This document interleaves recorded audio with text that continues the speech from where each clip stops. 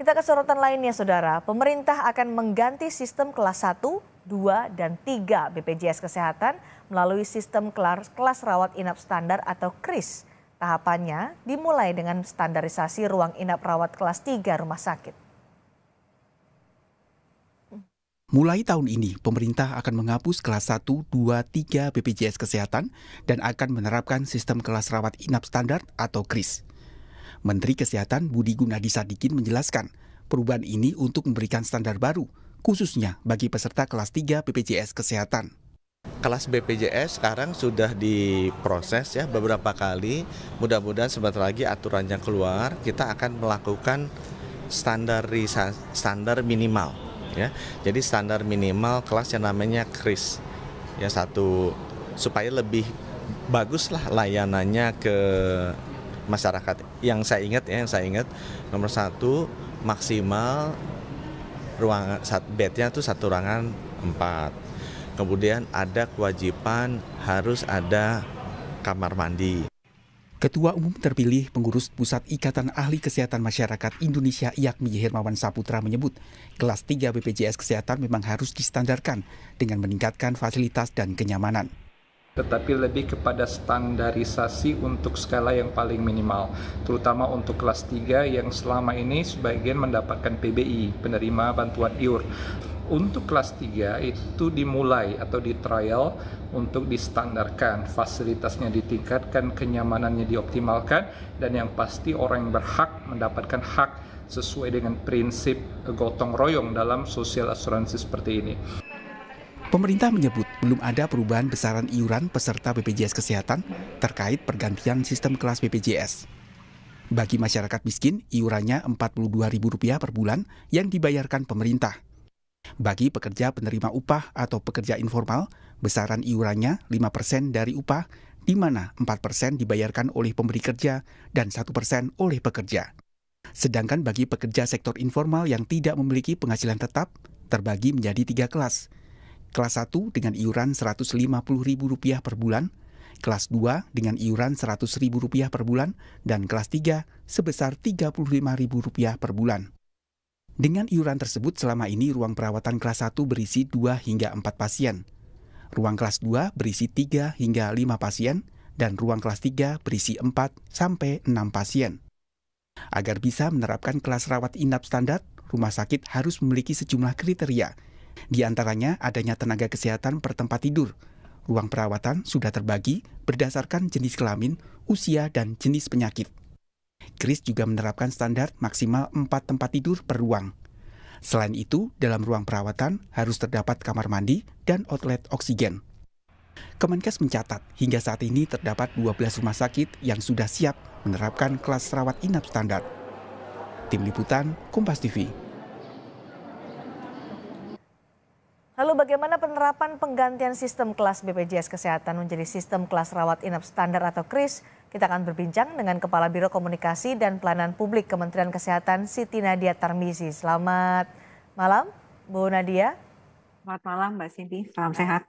Salam sehat, Bu Nadia. Kita juga masih menunggu Ketua Umum terpilih pengurus Pusat Ikatan Ahli Kesehatan Masyarakat Indonesia IAKMI, Pak Hermawan Saputra, untuk bergabung bersama kita malam hari ini. Bu Nadia, sejauh mana saat ini kesiapan untuk penerapan KRIS? Iya, jadi mungkin kita perlu pahami ya bahwa sebenarnya perubahan kelas standar ini memang sudah ada di dalam undang-undang terkait jaminan kesehatan nasional. Nah, tujuannya adalah kita meningkatkan kualitas layanan terutama rawat inap, khususnya tadi ya untuk perbaikan kepada masyarakat. Tadi disampaikan ada 12 kriteria kelas rawat inap standar. Jadi seperti bahan bangunannya, kemudian ventilasinya, pencahayaan ruangannya, kemudian kalau yang paling penting ini adalah kepadatan ruangan ya Mbak Cindy ya, karena maksimum itu hanya boleh 4 tempat tidur dengan kamar mandi di dalam. Nah kalau kita lihat sekarang, terutama yang untuk kelas 3 itu tempat perawatannya bisa ada 6, 8, bahkan 10 dan bahkan ruang kamar mandinya itu berada di luar. Nah, ini yang pertama kali akan kita lakukan standarisasinya secara bertahap sampai dengan 30 Juni 2025. Nah, kita sudah melakukan uji coba ya di beberapa rumah sakit sebagai termasuk juga rumah sakit swasta ya dalam hal ini ada dan kita sudah mendapatkan ya hasilnya untuk uji coba ini bahwa memang layak untuk bisa dilakukan baik di rumah sakit pemerintah maupun rumah sakit swasta. Sebenarnya kriteria apa saja Bu yang harus dimiliki rumah sakit untuk standarisasi KRIS ini?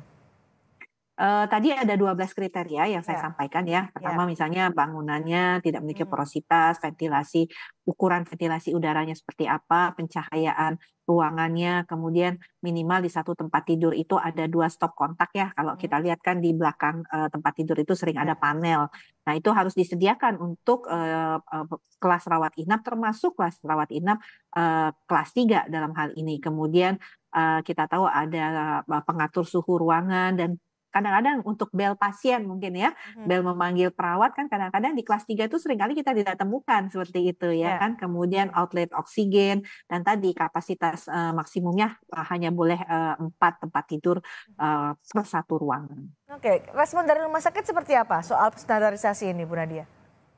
Iya, jadi memang kita tadi pertama yang kita lakukan adalah verifikasi dulu ya, verifikasi kita mulai dari RSUD, kemudian rumah sakit vertikal di bawah Kementerian Kesehatan dan baru rumah sakit swasta. Apakah kita memang sudah siap ya untuk menjalankan KRIS ini? Karena kan kita tahu harus dimulai di 1 Januari 2023. Nah, tentunya setelah melakukan verifikasi dan kita melakukan tadi uji cobanya, maka kita melihat bahwa kita harus memberikan waktu untuk fasilitas pelayanan kesehatan baik pemerintah swasta untuk menerapkan kelas standar rawat inap ini. Nah, makanya kemudian itu harus selesai paling lambat 30 Juni. Termasuk juga nanti kita mempertimbangkan bagaimana untuk kelas 2 dan kelas satunya ya seperti apa prosesnya. Karena kan tidak semua juga yang kelas 1 itu sesuai dengan standar yang kita harapkan. Ada kesulitan dari rumah sakit soal penerapan standarisasi KRIS ini ketika mereka harus merubah atau mungkin ada renovasi yang dilakukan untuk bisa memenuhi standarisasi KRIS?